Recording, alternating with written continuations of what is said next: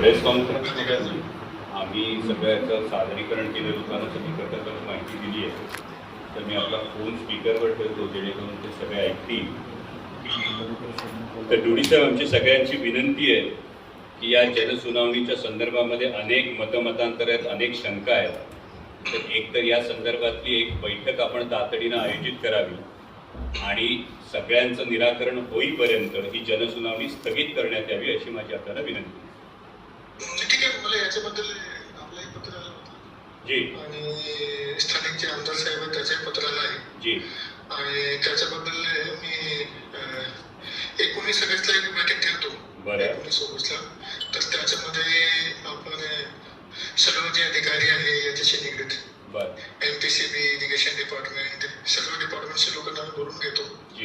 त्या मीटिंगमध्ये आपल्याला आमची विनंती देतील की आपण उपस्थित राहावा. स्थानिक जे आमदार आहे, आमदार साहेब, त्यांना एवढं बोलून घेऊ. आणि जे गाव प्रभावित होत आहेत, म्हणजे असे तर सर्व लोक येतील आणि मग मीटिंगचे काही आउटकम निघणार नाही. सर, तो जे गाव प्रभावित होत आहेत त्या गावाचे जे सरपंच आहेत, प्रभावित म्हणजे जे याचे स्कोपमध्ये येते, तर त्याचे सरपंचाला आपण मीटिंगमध्ये बोलून घेऊ 19 ऑगस्टला. आणि तेव्हापर्यंत लोकांना, कारण काय की जे मला जेवढं समजलं त्याच्यामध्ये असं झालं आहे की लोकांच्या मनामध्ये काही संभ्रम निर्माण झालेले आहेत प्रोजेक्ट बद्दलची परिपूर्ण माहिती नसल्यामुळे. तर ते लोकांना परिपूर्ण माहिती देणे आवश्यक आहे. तर ते 19 ऑगस्टला आपण सर्व एकत्रित बसून त्याची माहिती लोकांसमोर आपण मांडूया. आणि तुम्ही सर्व लोकांची जी मागणी आलेली आहे त्याचा मान ठेवून आम्ही जे 21 ऑगस्टची जी हिअरिंग आहे ते आम्ही पोस्टपोन करतो.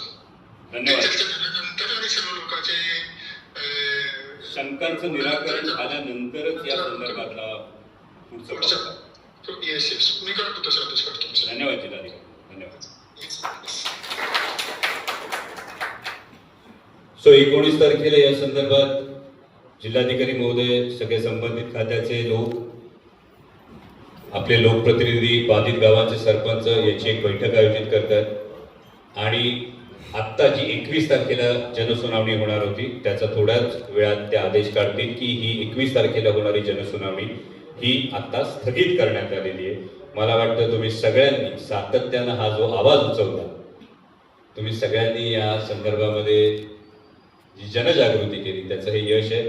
फक्त हा त्याचा पुढचा टप्पा आहे की त्याची सखोल माहिती आज तुमच्यापैकी प्रत्येकाकडे आहे. आणि माझा पूर्ण विश्वास आहे की माध्यमं लोकशाहीचा चौथा स्तंभ आहे.